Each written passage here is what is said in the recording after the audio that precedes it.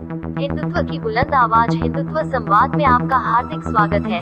देश विदेश की खबरों के लिए चैनल को सब्सक्राइब करें, बेल बटन भी दबाएं। हिंदुत्व विकास फाउंडेशन शीर्ष नेतृत्व ने अंबिकापुर छत्तीसगढ़ में पत्रकार वार्ता को संबोधित किया। हमारे एनजीओ का मुख्य मकसद ये है कि लोगों को अवेयर करें, कैसे आप लोग शासन की योजनाओं का आप लोग लाभ ले सकें, कैसे आप लोग इंडस्ट्रियल क्लस्टर की तरफ मूव कर सकें, कैसे छोटे छोटे उद्योग और व्यापार आप लोग इस्टेब्लिश कर सकें, ताकि आप कम से कम 10, 20, 30, 50 लोग को रोज़गार दे सकें। शासन कब तक रोज़गार मुहैया कराएगी, जब तक हम लोग अपने आप से तैयार नहीं होते हैं। ये तो रही इंडस्ट्रियल क्लस्टर की बात। अब मैं आना चाहूँगा सेकंड मुद्दे पे। इसको बोलते हैं man power, HRM, human resource recruitment और ह्यूमन रिसोर्स मैनेजमेंट। आज से 4 साल तक पूरी दुनिया में इंडियंस लेबर्स की बहुत ही हाई डिमांड हुआ करती थी, क्योंकि इंडियंस लेबर बहुत ही स्किल्ड मैन पावर माना जाता है और ये जुगाड़ टेक्नोलॉजीज़ में बहुत ही एक्सपर्ट होते हैं। जुगाड़ टेक्नोलॉजी इन द सेंस, इसका मीनिंग क्या है कि हमारे जो इंडियंस वर्कर्स हैं ये single user multiple tasking concept पे काम करते हैं। अगर आप किसी वेल्डर को सेलेक्ट करते हैं तो उसमें इतनी कैपेबिलिटीज़ होती है उस वेल्डर में कि वो हेल्पर का भी काम कर सकता है, प्लम्बर का भी काम कर सकता है, आर्क वेल्डिंग भी कर सकता है। एक मैंने एग्जाम्पल दिया। लेकिन पिछले 4 से 5 सालों से अगर आप लोग डाटा पे ध्यान दें तो बहुत भारी गिरावट हुई है, जो कि हमारे जो वर्कर्स हैं विदेशों में इनकी डिमांड घटी है। क्यों घटी है इसकी डिमांड? उसके पीछे फिलीपींस का और अफ्रीकी देशों का होना। हमारे जो मेन पावर है अब ये कॉस्टली हो गई है और लोग विभिन्न कारणों से, सबसे पहला कारण तो कोरोना महामारी है, जिसके चलते बहुत सारे जो वर्कर्स हैं अपना स्टेट छोड़े हैं, जो जहाँ पे कार्यरत थे वो अपना काम धाम छोड़ के वापस इंडिया में शिफ्ट हुए हैं। लेकिन इसका इम्पैक्ट भी है, यहाँ तक कि व्यवसाय पे तो इम्पैक्ट है ही, पर्सनल उनके व्यक्तिगत परिवार पे भी इम्पैक्ट है। और तीसरा इम्पैक्ट क्या है कि भारत देश की इकोनॉमी और FDI पे, फॉरेन डायरेक्ट इन्वेस्टमेंट पे और फॉरेन रेवेन्यू पे भी इम्पैक्ट पड़ता है।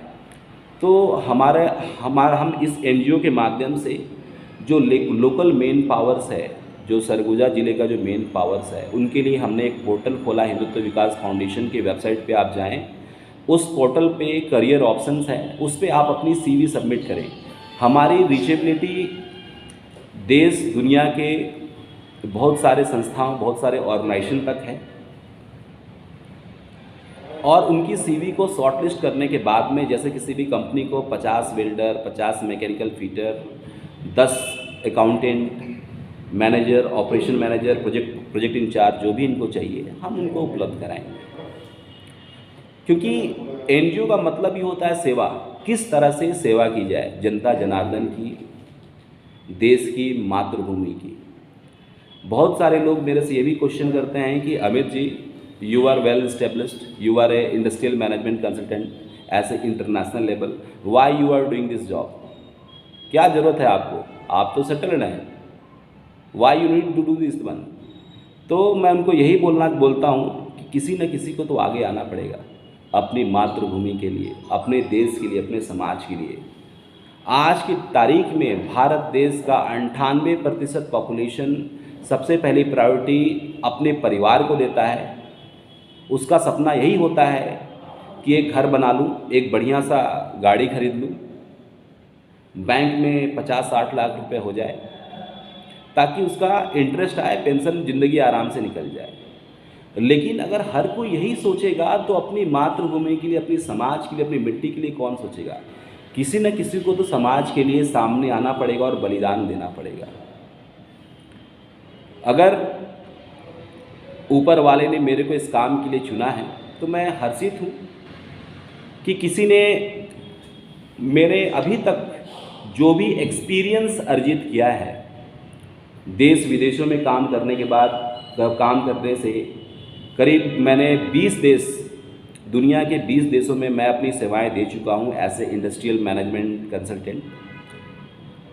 मैं मेरी एक्सपर्टीज़ जो सिक इंडस्ट्रीज़ है, जो इंडस्ट्रियां बीमार हैं, जो वेल एस्टेब्लिश्ड नहीं है या मैनेज नहीं कर पा रही या प्रोडक्टिविटी नहीं निकाल पा रही, किसी कारण से फेलियरिटी हो रही है, उनको प्रॉपर रनिंग कंडीशन में इस्टेब्लिश करना, उनको चला के देना, कंपनियों को बंद होने से रोकना, ये मेरे इंडस्ट्रियल प्रोफेशन का मेन मकसद है। मैंने इन 20 देशों में घूमने के बाद एक और चीज़ मैंने समझा है। मैं एक छोटा सा एग्जांपल लेता हूँ दुबई का। दुनिया का सेकंड टूरिज्म कंट्री है, दुनिया का दूसरा देश जहाँ पे लोग घूमने जाना पसंद करते हैं, लाखों रुपए हिंदुस्तानी। एक्चुअली दुबई मीन्स टोटल है यूएई, यूनाइटेड अरब अमीरात। 7 इमिराट्स हैं, दुबई, अबू धाबी, रसल खैमा, फुजैरा, अजमान,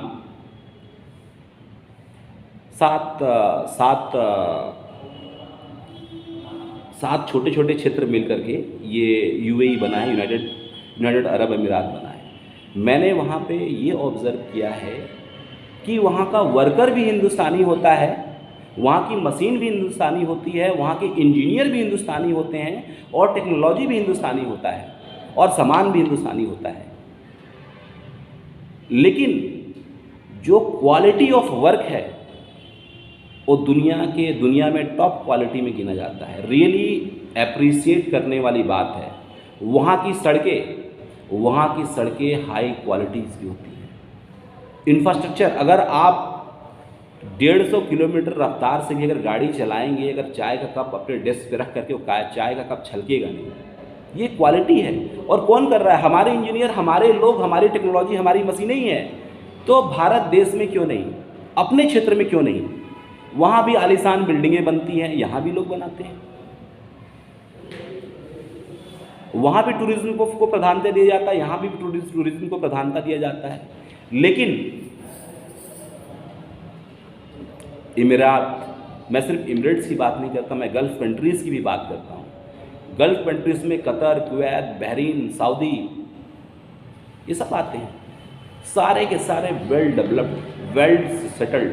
क्यों? उसके पीछे रीज़न क्या है? उसके पीछे रीज़न ये है कि आपकी वहाँ के जो लोग हैं, वहाँ का जो सरकारी तंत्र है, शासन तंत्र है, उनमें एक विलिंगनेस है कि एक संकल्प शक्ति है कि नहीं, हमें अपने देश को दुनिया का सबसे नंबर 1 कंट्री बनाना है। चाहे वो कल्चर के मामले में हो, चाहे डेवलपमेंट के मामले में हो, चाहे व्यापार के मामले में हो, चाहे टूरिज़्म के मामले में हो, हर तरह से। पूरी गल्फ़ कंट्रीज़ में हम हिंदुस्तानियों का कब्जा है। पूरी गल्फ़ कंट्रीज़ में मैं स्वयं गल्फ़ कंट्रीज़ में 8 साल रहा हूँ, 8 साल यूएई में। वहाँ की संस्कृति, वहाँ की धरोहर, वहाँ की चीज़ें, वहाँ के लोग प्राउड फील करते हैं अपनी संस्कृति पे। हम लोग, हमारी संस्कृति बहुत ही रिच संस्कृति है। वहाँ पे आप लोग को विश्वास नहीं होगा, मैं आपको दुबई की बात बताना चाहूँगा। वहाँ पे आज से 30 साल पहले रेगिस्तान के अलावा कुछ नहीं था। लेकिन आज दुनिया के 30 सालों में ऐसा क्या हुआ जो दुनिया के सबसे डेवलप्ड देशों की श्रेणी में आ गया वो देश? ऐसा क्या किया वहाँ पे? कुछ खास नहीं है वहाँ पे तो सब्जी भी नहीं उगती है। सब्जी वो अलेन से आता है। वहाँ पे ग्रीन हाउस टाइप का बनाते हैं ताकि साग भाजी सब्जी आता। बाकी दुनिया के सारे फ्रूट्स, फल, सब्जियाँ सब के सब वहाँ पे इंपोर्ट होते हैं। ऐसा क्या हुआ कि इन 30 सालों में इतना परिवर्तन हो गया और हमारा देश, हमारी मातृभूमि, हमारी भारत सब कुछ संपन्न होते हुए भी हम लोग उसी कवायद में हैं। आज भी हम लोग नाली, साफ सफाई, बेरोजगारी से नहीं निकल पा रहे हैं।